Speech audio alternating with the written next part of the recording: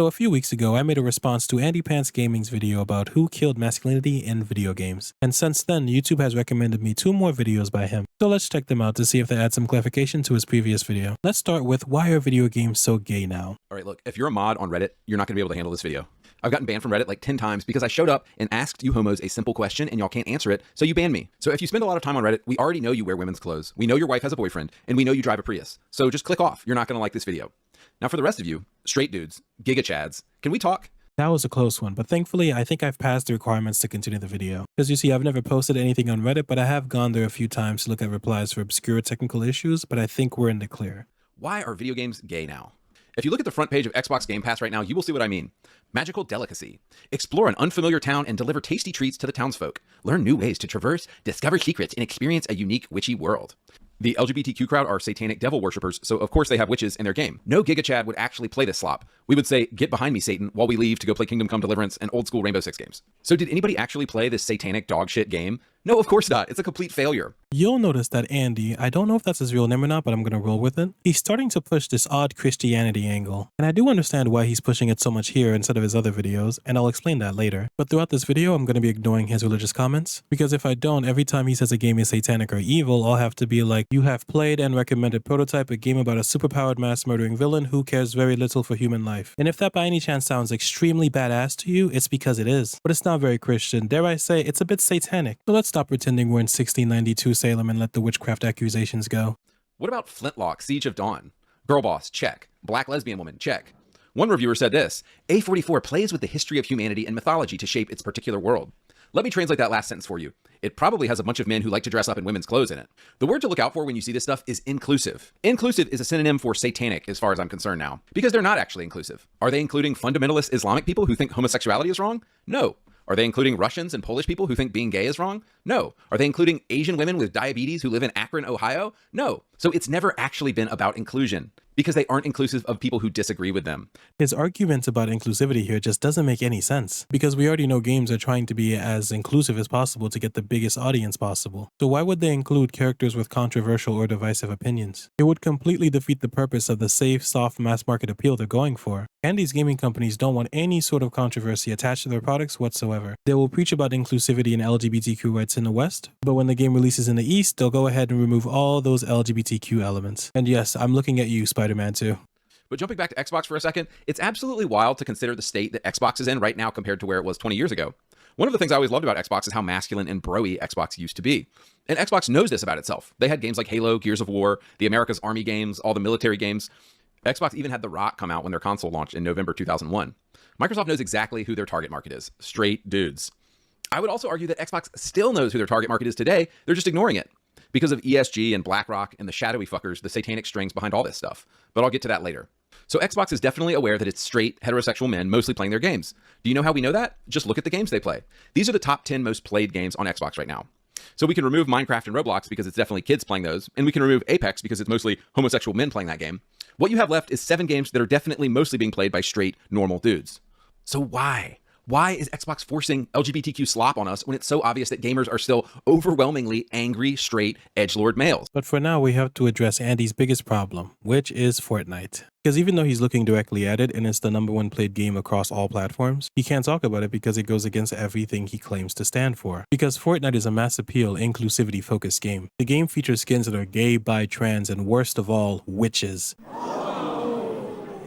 But unfortunately for him, it's still the #1 played game across all the major platforms, proving that inclusivity does work if you do it right. Also, his statement about Apex Legends mostly being played by gay men is very counterproductive to his own point, because you can't say the majority of people playing on Xbox are straight guys and we need to appeal to them, while also claiming there is a game in the top 10 most played games on the entire platform that is mostly being played by gay men. If that's the case, the only logical conclusion would be to appeal to both groups, which funny enough is exactly what Xbox is doing, because if you open up Game Pass and go to the recently added section, it paints a really clear picture. And do keep in mind, all of these games were added within the past 5 to 6 months. Out of the 45 games you're seeing on screen right now, only around 5 of them include any sort of LGBTQ reference or elements in them. The rest are a variety of different games ranging from JRPGs to shooters to kids games to sports games and everything else in between. And it makes sense why they're doing this, because after all, Xbox is trying to sell you a subscription service here. For instance, Magical Delicacy may not be popular, but it might get a few people to try out the Game Pass, which is exactly what Xbox wants. And the reasons are this. Number 1, BlackRock and the satanic forces that are trying to shape our society right now. BlackRock is a multi-trillion-dollar company that owns all of these companies that isn't interested in making money anymore. They're interested in social progress, what they call evolution.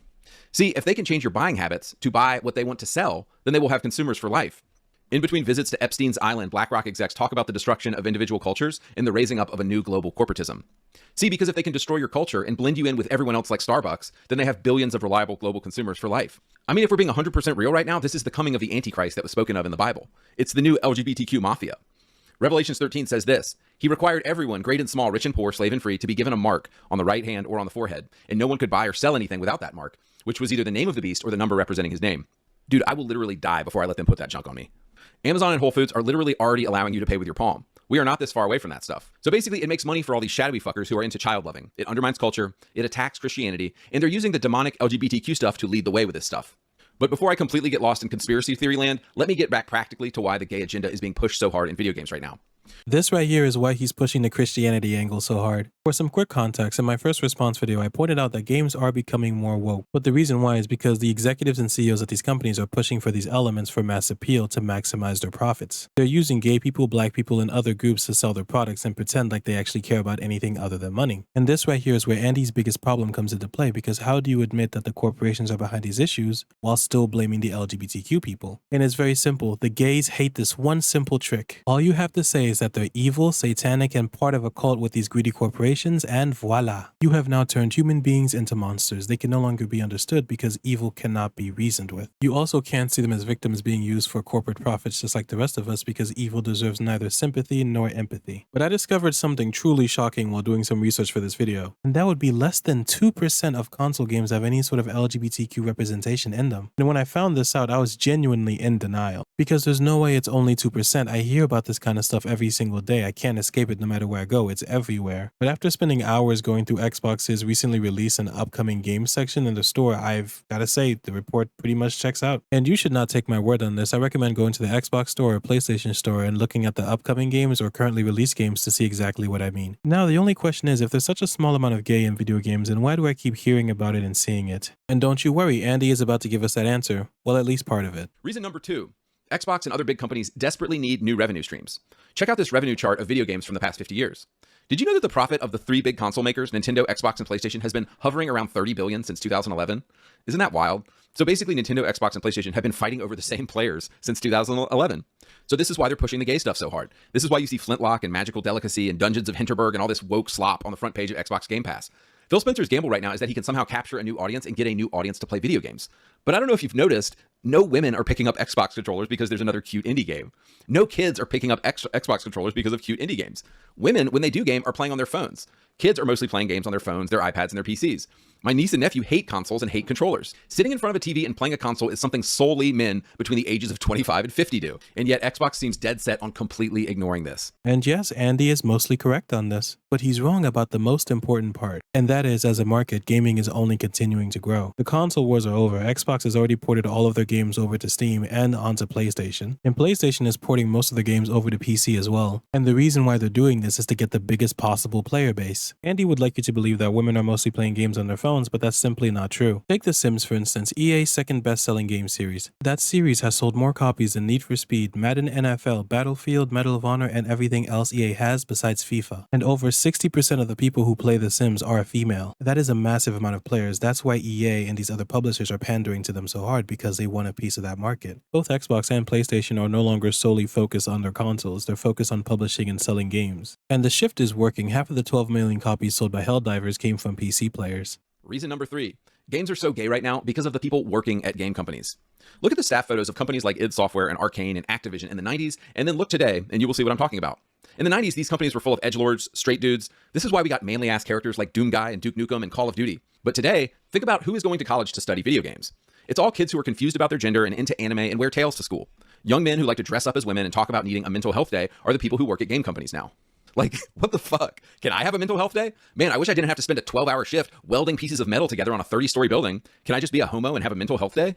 So anyway, the way it has been explained to me by people who work in the industry is that all these rich white kids who are confused about their sexuality went to places like SCAD and Full Sail and other video game colleges, and they got jobs at Ubisoft and Activision and Rockstar and, companies that used to make cool games but make gay stuff now. And do you know how I know this? Because Activision has like 50 homo initiatives right now for people who work on their games. Inclusion officer, diversity expert, sensitivity training officer, sensitivity reader. Like, guys, just get back to World of Warcraft. Get back to StarCraft. Just make fucking good games. The guys in the 90s, they were just making cool shit. id Software in the 90s and Infinity Ward in the 2000s was just making cool, edgy shit. And now they're having seminars on inclusion and diversity. Do we still wonder why games are dog shit now? Also, honestly, dude, I don't think any of this junk is going to change anytime soon, because think about Phil Spencer and think about the people around him right now. He's got Sarah Bond. He's probably got a bunch of trans and gay people working for him. And he now has to look these people in the face and say, hey guys, cancel all those stupid games y'all are making and let's hire some manly people in here because that's what our audience wants. Like, he's never going to do that, dude.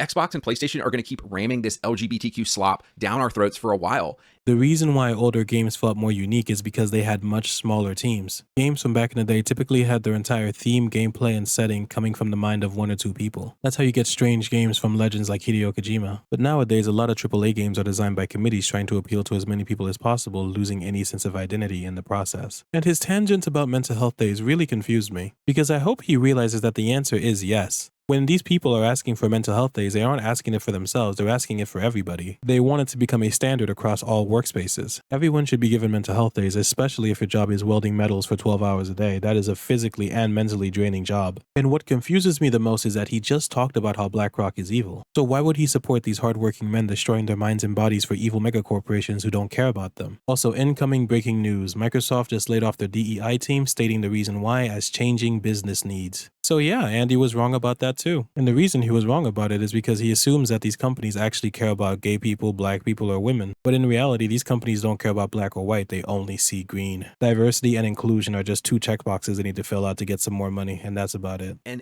guys, this kind of gets to the question of what can we do about it? We're just going to stop playing this trash. We're going to go buy old games, buy old edgy games, and stop playing any modern video game because they're trash. If you see something modern with a homo flag in it, delete it and uninstall it. Don't play Call of Duty. Don't play Overwatch. Don't play Apex. Don't play Fortnite. Support Russian and Eastern European games. Play Ready or Not. Play Tarkov. Play Stalker and Stalker 2. Look, I'm American and I love America, and I hate that I have to recommend games from the East right now, but I do. Russian, Chinese, Japanese games still have some semblance of morality and normal masculinity in them.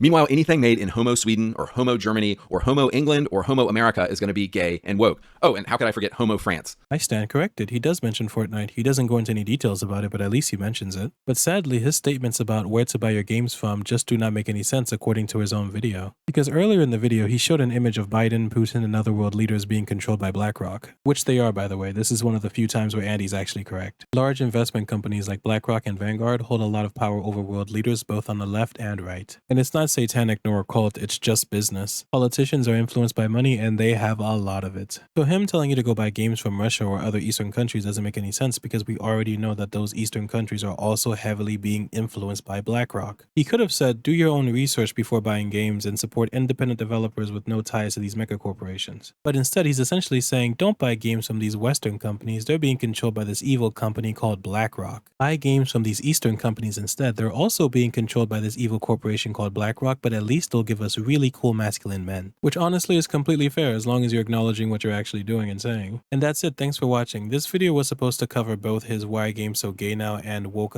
Apocalypse video, but I couldn't quite fit them into one because this video is already getting long enough, so I'm gonna split it into two parts, and the next part should be coming out maybe this week, but probably next week. Thanks for watching.